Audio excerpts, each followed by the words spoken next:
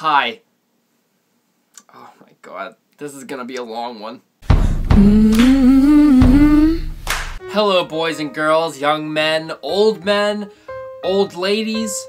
I don't think there's any old ladies watching my videos. So it's been a while since I've told you a story, so I'm gonna tell you guys a story about my younger self. Back when I was a young lad, centuries and centuries ago, I remember nothing.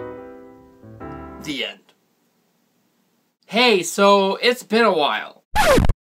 When I was little, I was very impressionable. I didn't know a lot of the stuff that I should know about just things. Anything I didn't know about. I didn't know about anything. I was just stupid. I was just a little tiny meat sack ready for any sort of information to come in and just take up my big spongy head. There were some evildoers that liked to take advantage of my sponge. And this sponge as a young lad was very vulnerable. And who would have thought that the person that infiltrated my sponge would be not an enemy of mine, but my own sibling. My brother took advantage of my vulnerable sponge. Every late fall, preparing for winter, my dad would have all of us stack wood. We were very efficient. We were like ants. When we had finally finished, on our way back inside the house, I noticed a small pain on my index finger. It was a slight pain, I could feel it, and it was bugging me to death. I started to investigate the area of my hands, trying to figure out what this pain was coming from. I finally found it. The tiniest piece of wood made it into my finger. A sliver, a little tiny stick of wood.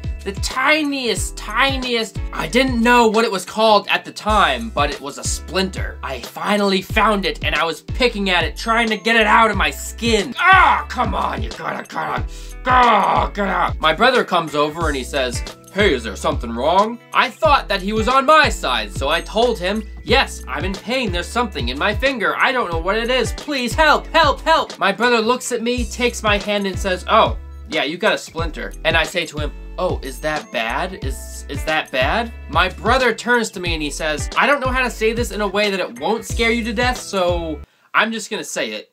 You're gonna die." And I said, "What? I'm gonna die?" And my brother says, "Oh yeah, you're pretty much dead. You should have been wearing gloves, man." And I was like, "What? I didn't know. I didn't know I was supposed to be wearing gloves though. What can I do? Can I take medicine? What? Am I just gonna die now?" And my brother says, "Oh, not now. It's gonna take a few hours, but you want to say your goodbyes while you're still here." And I was just bawling. I was so sad. I thought I was doomed. But I didn't want to die. I'm so young. I don't want.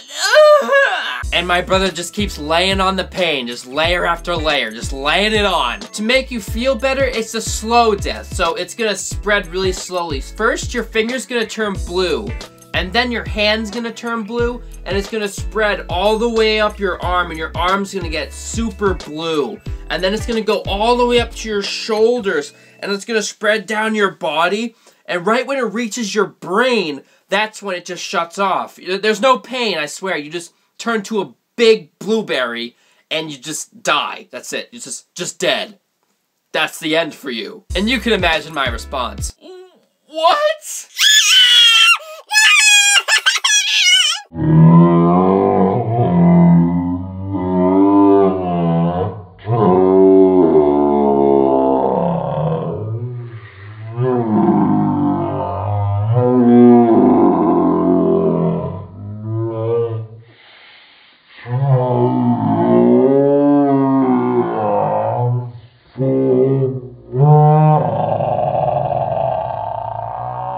My brother let this go on for at least an hour, until I gathered up the courage to say goodbye to my parents. So I went up to my father and I said, "I'm sorry, Dad! I got a splinter! There was nothing I could do!" And my dad says, "Oh, you have a splinter? Well, let me just get some tweezers." I didn't know what tweezers were, so I was like, "Oh no! Don't get the tweezers! I just want to die slowly! Don't do it! Don't do it!" My brother turns to me and he says, "Good luck, bro. This is gonna freaking hurt." At this point, I'm just waterfalls. Waterfalls just coming out.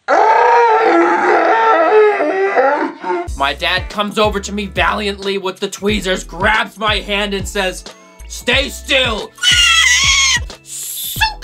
He pulls out the splinter and he says, "You're gonna be fine, son. Quit your crying." I look up at him and I say, "So I'm not gonna turn blue?" "What?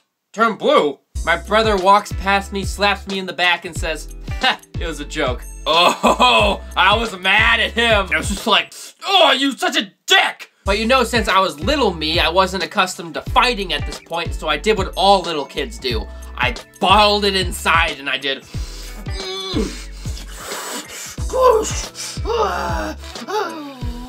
It's okay though, because a few years later, I released this anger when I hit him in the face with a metal pole. I hope you guys enjoyed my story, and I just hit 600 subscribers. Oh my goodness, 600 of you.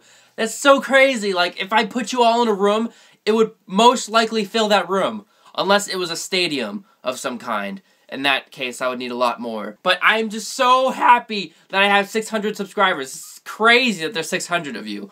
600 people watching my videos, it just blows my mind. Just boom, boom. Thank all of you so much. Pat yourself on the back. Just imagine that I'm doing it. Just give yourself a hug from me, because all of you deserve it. When I reach 1,000 subscribers, that's when I'm gonna start making t-shirts for my channel. Yay! I'm gonna need your guys' help though to make them, because I don't know what to put on them and I don't. If there's a topic or anything that you guys want me to make a video about, then put it in the comments down below and I'll see which one that I like down there. Not in that kind of way, you dirty girl. And place it between the cushions on the couch. You then proceed to fuck the couch as if it were a woman. But no...